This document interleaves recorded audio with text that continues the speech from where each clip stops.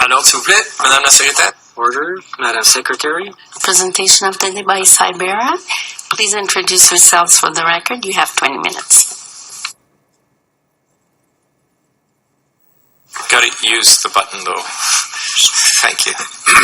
First time up and learning already. Button. Thank you. Thank you, Mr. Chairman, Vice Chairman, Commissioners, for the opportunity to present today. I'm Robin Windsor, President and Chief Executive Officer of Cybera. My colleagues to my right, Dr. Byron Chu is a Project Manager on our broadband file, and to my left, Dr. Barb Carra is my Vice President, Policy and Strategic Initiatives. A little bit about Cybera first. Cybera is a federally incorporated not-for-profit organization that operates and manages Alberta's unmetered research and education network as part of the National Research and Education Network. Our mandate is to spur and support innovation for the economic benefit of Alberta through the use of cyber infrastructure, and we focus mostly on enabling the public sector. We have 60 member institutions, including post-secondary institutions such as the University of Alberta and the University of Calgary, many of the colleges, and a growing number of K-12 school boards. Today, Cybera's connectivity service is 87% of Alberta's post-secondary students and more than 52% of the K-12 students. Additionally, we count several business incubators as members, such as Innovate Calgary and Tech Edmonton.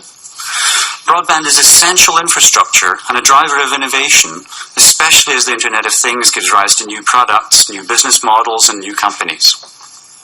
Cybera does not own fiber assets directly. Rather, we are a user or consumer of existing infrastructure sources. Nor do we operate our own data centers, instead using a mixture of university assets and commercial providers where appropriate to house our computing facilities. We leverage the resources of our federal counterpart Canary, from whom the Commission will be hearing later in the proceedings, as well as the Alberta SuperNet, about which I'm going to talk quite a bit, commercial services, and municipal fibre to connect our members to the research and education network. We're funded by membership fees from our institutions, by operating grants from the Government of Alberta, and by project-based funding from Canary, who in turn is funded by Industry Canada. Cybera does not compete in the private sector market, as this would be unfair given our access to government grants. Instead, we strive to maximize the efficiency of publicly funded institutions. The focus of our response today is on the socioeconomic benefits of networking and the need to provide adequate regulatory protection to consumers, especially in underserved areas of the country. We're presenting our experience in Alberta as a case study.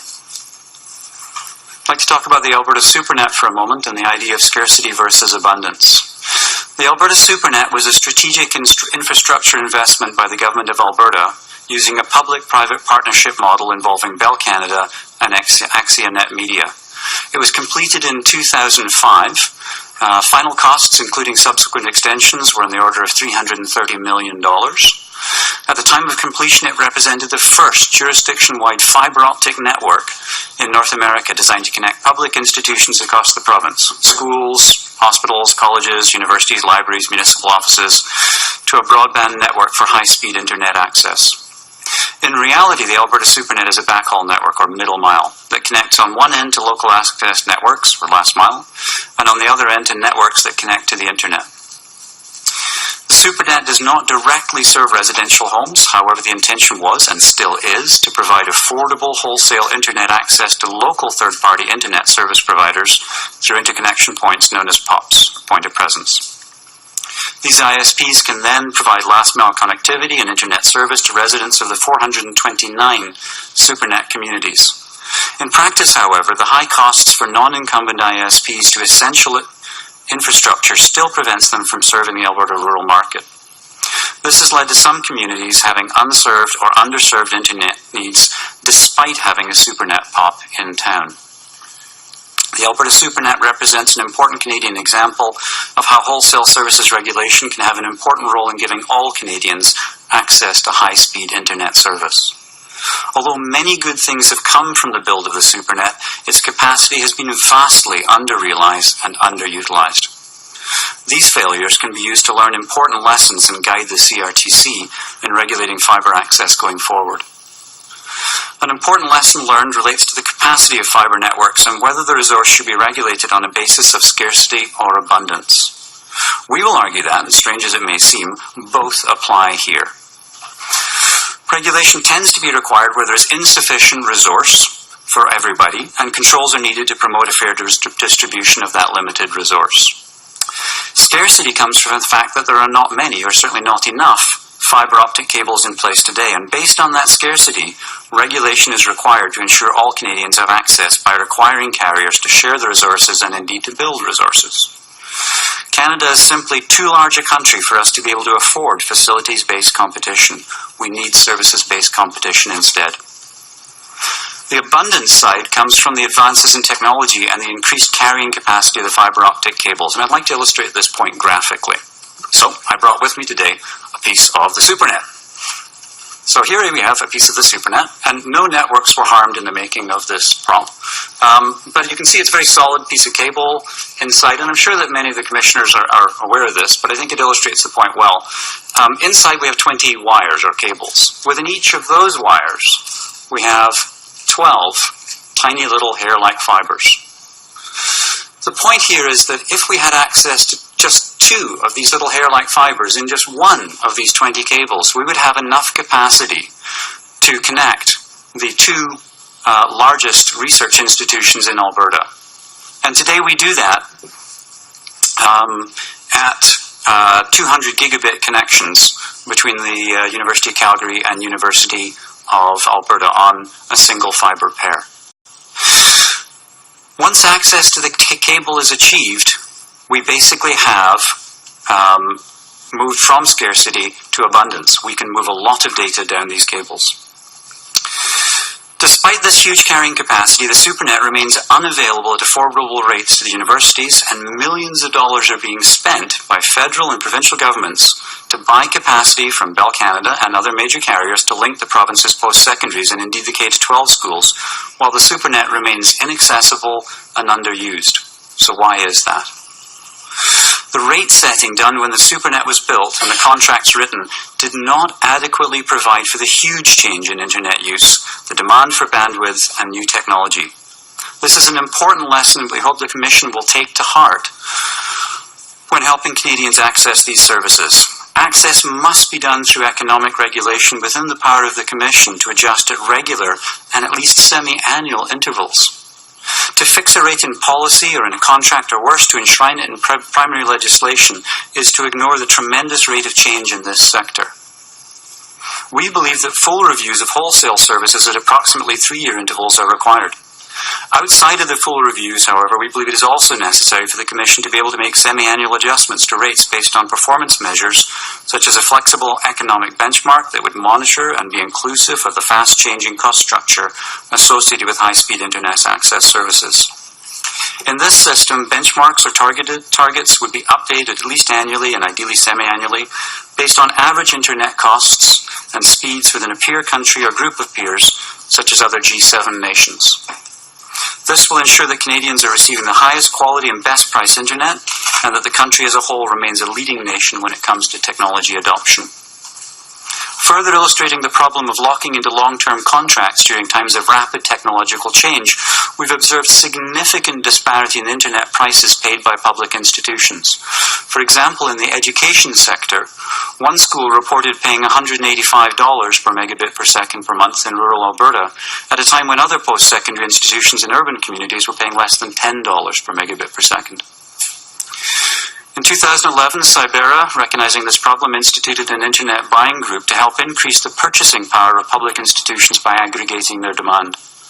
This internet buying group has spurred the major carriers to compete with each other for the internet buy of Alberta's educational institutions, and in so doing has dropped rates from hundreds of dollars to around $10. Cybera also found through its experience with the internet buying group that bandwidth prices in Alberta are dropping faster than expected.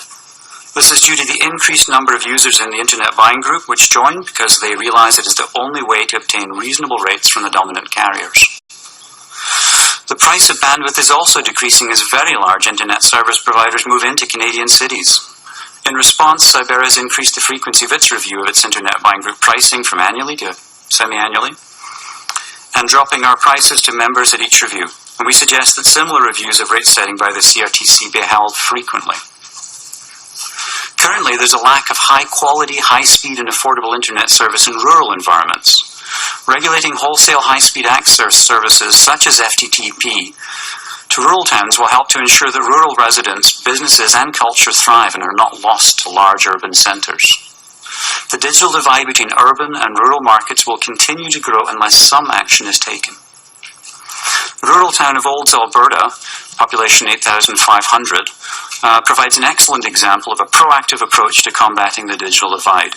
This community built its own fibre network called ONET and started its own not-for-profit internet service provider as a means to attract tech companies to the town and the other benefits that come with having high-speed fibre.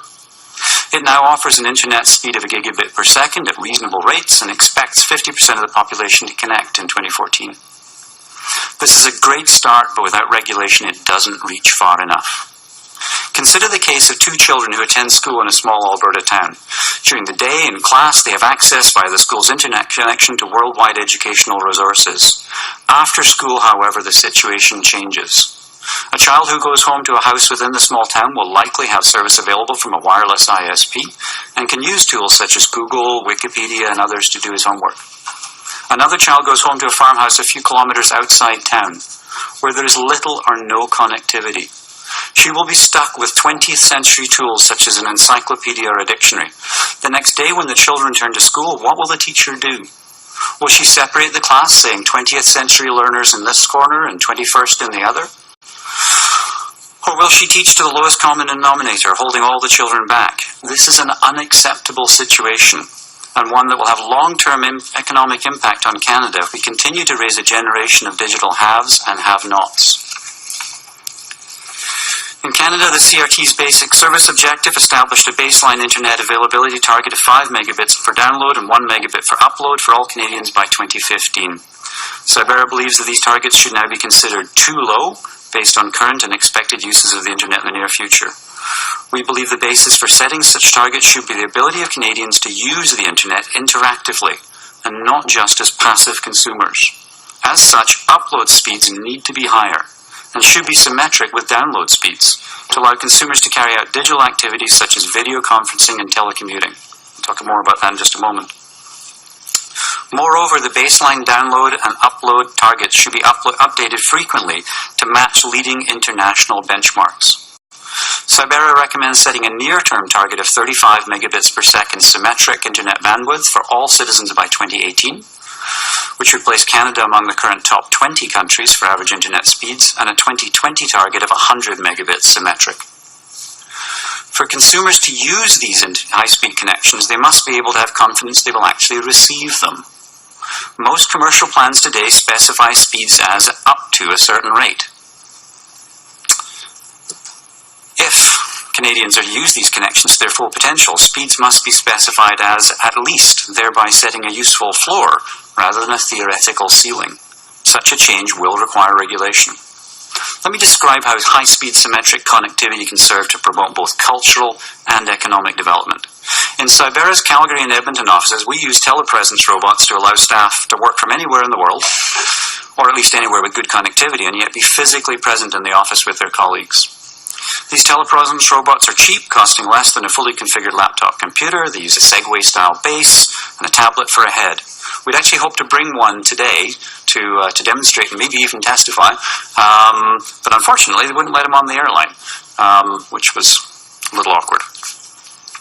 Although simple sounding, the difference between a telepresence robot for a remote worker and the more traditional work-from-home model, where the worker is not seen through the day except when they make a Skype call to colleagues or to join a meeting, is considerable. I myself have found that when using such a robot and encountering people who don't know me, I'm basically treated the same way as a disabled worker.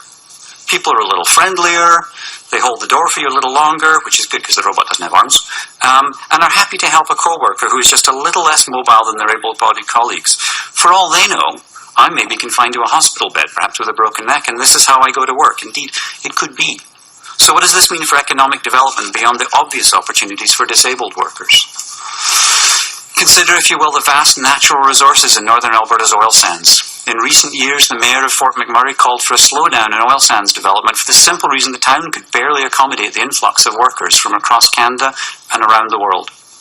With adequate symmetric bandwidth, telepresence robots could be used, and for many jobs, workers need not be physically present in Fort McMurray. They could be the other end of the province, in Fort Macleod. Indeed, pervasive fibre optic networks will allow those workers to be drawn from across the country, sharing the wealth creation and employment opportunities without the carbon footprint and stress on the town of flying them in and accommodating them. For a cultural example from the other end of the province, consider the benefits of symmetric broadband to a UNESCO heritage site like Head Smashed In Buffalo Jump in southern Alberta. With adequate fibre connections, telepresence robots can allow visitors from Victoria to St. John's to connect to a robot and explore the world-class museum at the site. Very few of these potential visitors would ever have the chance to visit in person. To carry it even further, if you could use technology such as Google Hangouts on mobile devices to meet the member of the local First Nations community, get a guided tour of the site and explore their culture. This rich, immersive and interactive cultural experience does not require new technology to be developed, but only fair and open access to the essential telecommunications infrastructure that is within the power of the CRTC to regulate. Some of these opportunities are profitable at one end of the wire, but not the other. Some are not profit-driven at all, but go to promotion and preservation of Canadian culture. The dominant carriers can be counted on to address the profitable portions. We hope the Commission will require that they also operate in such a manner that all Canadians and Canadian culture will be served as well. Previous CRTC telecom decisions, which regulated the wholesale service industry, made cable and dial-up internet services more affordable in Canada. Given the country's low population density, service-based competition must displace facility-based competition. Giving small providers mandated access to FTTP infrastructure will facilitate market competition and ensure consumers gain access to high-speed connections at reasonable rates. Regulation will also provide protection from the large carriers abusing their dominant position by entering small markets and serving only the most profitable areas, such as the business core. Drawing again on the example of Olds, Alberta, their business case shows that the Community Broadband Initiative can be cash flow positive within a year of the build-out, assuming there is a sufficient take rate from the community. If a major comes to town and offers services for voice and internet via fibre to the businesses in town, the community broadband is left with the task of serving the less profitable residential market. The reduced take rate and profitability per customer served means that the business case no longer works, and the residents may never get high-speed connection. Hollowing out the middle of small towns is good business for carriers and bad for the people who live there. In an unregulated market, that's exactly what we expect to see happening. So in conclusion, our message is clear. Networking infrastructure is essential and therefore it needs to be regulated. We are concerned that as technology changes rapidly, the regulation must keep up. Excellent results have been achieved through the Commission's regulation of telephone service, internet access, and access to the separate but also very important research and education network, of which we're part, is increasingly dependent on access to fibre connections in order to achieve the bandwidth required for modern and future use. Fair, affordable, non-prejudicial access to this fibre will not happen without regulation. Without such access, Canada's digital economy cannot reach its full potential. Thank you, and we'd like to take any questions. Thank you very much for that. Pass you on to Commissioner Sean, who will start off the questions. Good afternoon. So you've provided a very targeted intervention with respect to mandating wholesale access in order to address the urban-rural disparity, and I have a couple of questions on that. Before I get into that, I wanted to ask you a few questions of clarification based on your presentation. You noted at paragraph 5 that you don't own your fibre assets directly. Who does own your fibre assets? The major carriers, Shaw, TELUS, Bell. We buy from wherever we can get good rates, and we try and get them to compete when we are buying.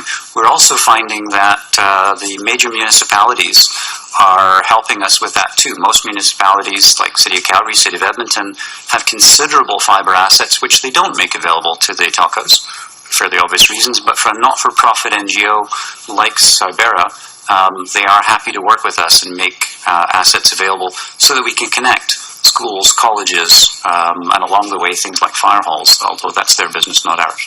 Right. Great, thanks. Paragraph 23, you discussed setting benchmarks based on average internet costs and speeds within a peer country or group of peers, such as other G7 nations. My question to you is, doesn't that ignore the challenges specific to Canada, i.e., as you mentioned, the low population density covered with a large geographical space? Are there really countries upon which we can measure ourselves against? It's certainly true that you cannot ignore our geography. From time to time, people say, let's follow the example from the Netherlands or from Singapore, where their population densities are on the order of 5 or 10,000 people per square kilometer, and we have 3. So we have to be reasonable about it. But the fact of the matter is that, yes, we've got a difficult geography, and some things will work and some things won't. But if we take that geography to mean, gosh, it's hard, let's not do it, then we may as well accept the fact that we're going to continue to be hewers of wood and drawers of water and not be able to get into the knowledge economy. Hard doesn't mean you shouldn't do it, it just means you have to work harder. Right, fair. I wanted to ask you about the internet buying group that you mentioned in your intervention. I found that very interesting concept. Can you describe it in a little greater detail for me, please? Sure, happy to. When we saw that some of the post-secondaries were paying close to $200 a megabit, and the rate in Boston at the time was $1, we realized we had to do something to try and bring the rates down. The biggest kid on the block within the educational space was the University of Alberta, and they were looking at rates at that time of about $10. And they were just excellent corporate citizens, if you will, part of the group. They brought their muscle in as the biggest and allowed the other schools to join with us. The first thing we did, even ahead of the buying group, was we set up a peering arrangement through the Seattle Internet Exchange, because, strangely enough, the SuperNet, when it was built, allowed you to connect from place A in Alberta to place B, but not to get to the internet. That portion of it wasn't done. And it's hard to look at that today in 2014 and think, why would you not connect it to the internet? But 10 years ago, there was some misses. So when we connected our network to the SuperNet, which we can do basically on a privileged position, and then connected to Google, Microsoft, YouTube, and all those through the Seattle Internet Exchange and a peering arrangement, 2/3 of the traffic from the post-secondaries immediately moved over our network across the SuperNet. Many of them were directly on our network and then out to those places. We then put the internet buying group together, and we went through everything as you would expect. We went to request for proposals, but it was effectively winner takes all. So TELUS was the main provider for the University of Lethbridge, Shaw for Calgary, and Bell for the University of Alberta. And had they all ignored our RFP, they could have continued to charge what they wanted to, if they trusted each other not to undercut each other. But with an RFP in front of them, they did compete, and the rates immediately tumbled to well under $10. And picking up multiple feeds, we were able to get service out to our members at around $15 for a double feed with full redundancy. A big improvement over a couple $100. Now, of course, some people have tied themselves into longer-term contracts. But as those come up for renewal, more and more are joining as our buy grows. We're attracting people like Hurricane Electric into town. We needed an internet exchange to really make that go as well, which we've established. So prices are falling rapidly because we have pushed to make competition happen for the folks who are dependent on public funds. We're not providing services to Cenovus and Encana. Not that we are not fans of big Canadian companies, but we figure they can look after themselves. All right. It's an interesting arrangement in the sense that you're managing the fiber optic backhaul for the major providers and yet representing their ultimate end consumers back to these major providers. And there was no pushback there? You found it that the actual RFP process went smoothly? Well, there was some pushback, but ahead of that, we had explained everything to the government of Alberta, who is our primary funder, that while the rates were $1 in Boston, they were, in the hundreds of dollars for educational institutions in the province. So when some of the pushback was directed to the government saying, stop funding Cybera, we don't like what they're doing, the government's answer back to the telcos was, stop charging so much, we like what they're doing. So it was fine. Okay, great. So you've argued that FTTP should be unbundled for rural communities, but rural communities are not usually ideal places for telecom service providers to invest. They're not. Due to, as you mentioned, the low population density and the extra deployment costs, factoring in distances amongst other factors. So can you comment on whether service providers may be less likely to invest and deploy these networks in rural communities if FTP is regulated, mandated? Indeed, they are disinclined to invest in those communities, and it's going to take a fair bit of persuasion for them to get out to those communities. As you pointed out, our geography is to some extent special. We have people living a long way from major centres, but we have found it possible to get those people telephones. And we see this as essential infrastructure. I often refer back to the history of Canada. There's a reason that every Canadian recognizes the pictures of all the people in top hats driving in the last spike. It's not because we love railways, it's because that's essential infrastructure. In the 19th century, it built our country. It's how you move your goods from where they're produced to where they're consumed. In the 20th century, it's the highways. And in the 21st century, it's fiber optic networks. And we need to find ways to make sure that all of us get connected. And a mixture of regulation and profit motive will do it. There's a lot of money to be made connecting customers in major centres. Some of that should be required to connect people in the smaller towns.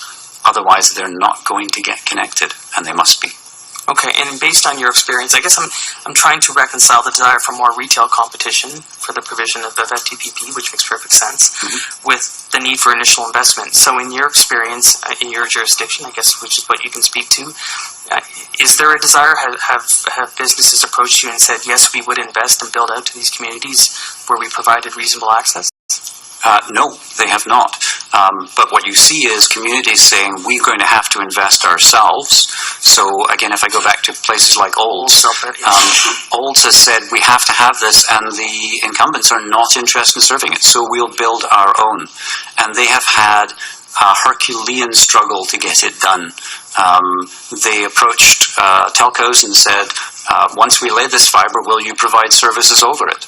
And the answer from the telcos was, no, if you lay your fiber, we'll lay ours right alongside yours and compete with you. That is not helpful, especially in those low population density areas. That's where the argument of facilities versus service really comes to the fore. So will the telcos go into the less profitable markets? They probably won't with fiber, but if the community needs it, they'll find a way to build it. We need to make sure that that community effort doesn't then get derailed by a quick grab for the profitable piece of town, effectively hollowing out those services, taking the profitable bit and leaving the other folks unserved. If you're going to be able to jump on a robot halfway across the country and do interesting things, you're going to need good connectivity. Right, and thank you for that clarification. It wasn't clear to me from your submission that it was municipalities that you were actually targeting in terms of that last mile build-out, but it's certainly clearer now. And it's something that I've been hearing in my region of Ontario with respect to the Eastern Ontario Wardens Caucus and the Western Ontario's Warden Caucus, a number of municipalities looking at the same sort of approach. So definitely something that seems to be bubbling to the surface, and I thank you for your submission today. Thanks. Thank you. Those are my questions, Mr. Chairman. Thank you. Mr. Vice Chair, Telecom. Thanks. I'm curious to know, just on this, your theme of the need for ubiquity of access and that sort of stuff, I need to know sort of within the context of this proceeding, what suggestions, apart from fiber mandated access, you have. Because when you get into these more remote areas, like using your Alberta example, even the government there trying to finish the job and get to that last 3% or whatever it is. The barrier, I understand, is that it's incredibly expensive. And, I mean, Alberta's probably, because of its geography, a bit better advantage than some of the other provinces, but once you get north of 55 degrees, or even in Ontario north of 47, things get pretty remote pretty fast. I mean, you can drive 3/4 of an hour north of here, and access becomes issues. So given the expense of all that, and given the conflicting demands for lower rates and faster speeds, you understand the difficulty of this. Somebody's got to pay for it. Saskatchewan's the only province in the country right now not running a deficit. how's it going to work? How are we going to get there? You're smart folks. Thank you. Or at least these guys are. They make me look good. There's a couple of points to come back to on that. If you look at what Alberta did in terms of trying to address that 10 years ago, Alberta built the SuperNet, spent $350 million putting a fibre cable into every small town that had any of the four categories in it: a school, a government office, a library, or a healthcare facility. We're not talking like a full-up hospital. I mean, you can get a SuperNet connection into your town for almost any of these reasons. The idea there was that many of those towns were simply too expensive, not profitable enough, if you will, for the majors to go into them. And the theory was that many small ISPs would spring up, serve the customers, and then they would be covered. In fact, many of those small ISPs that sprang up went out of business fairly quickly because they still couldn't make a profit.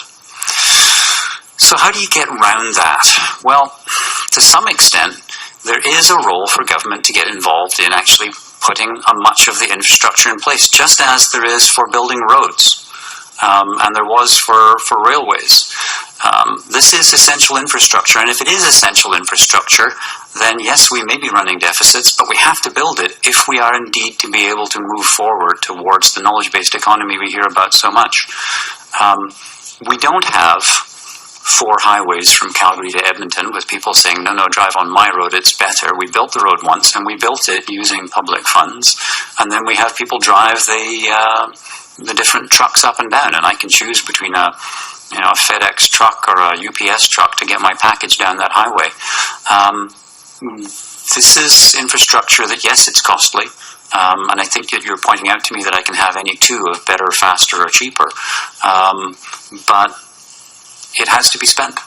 And I think that if we could force the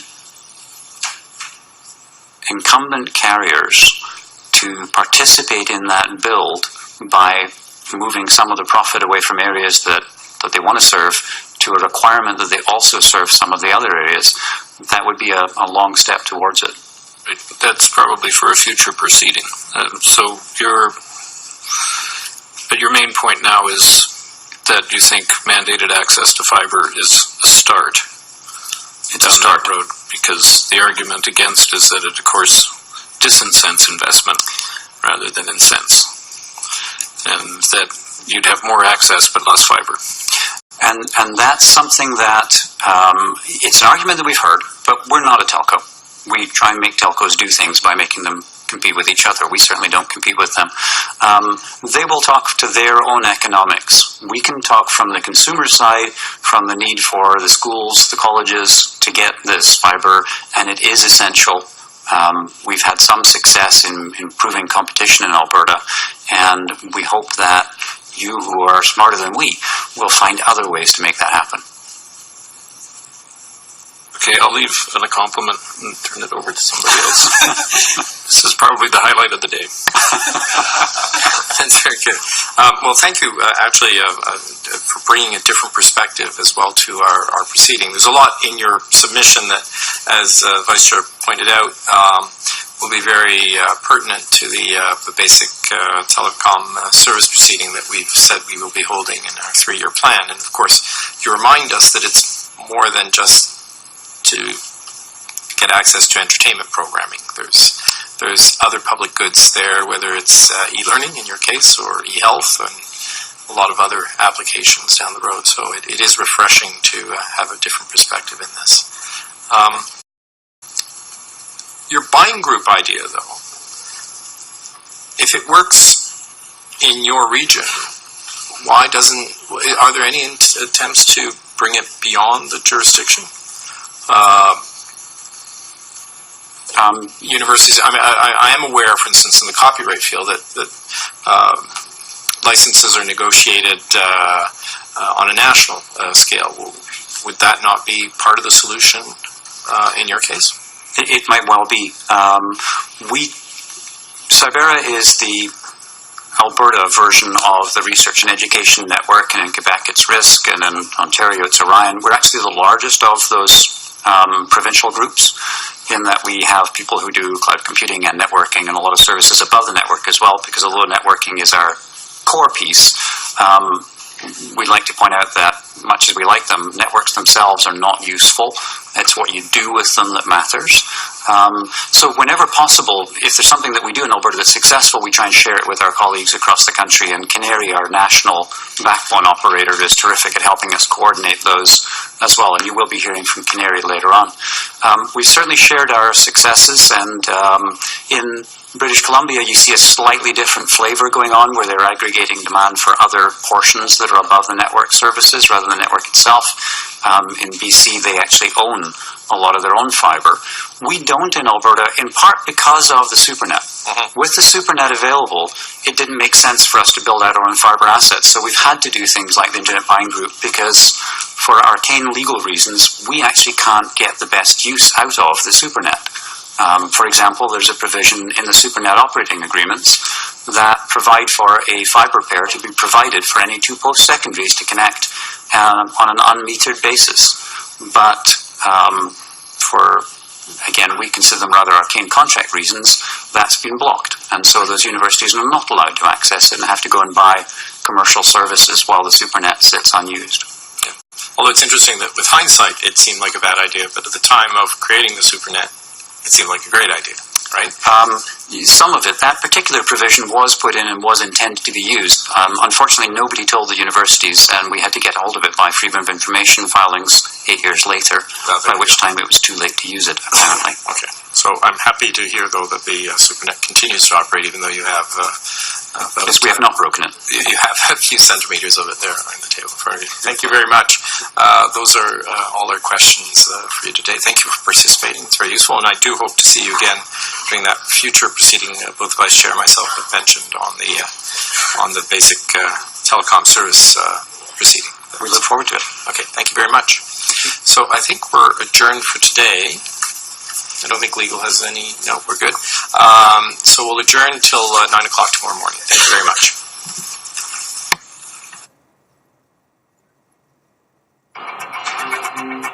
much.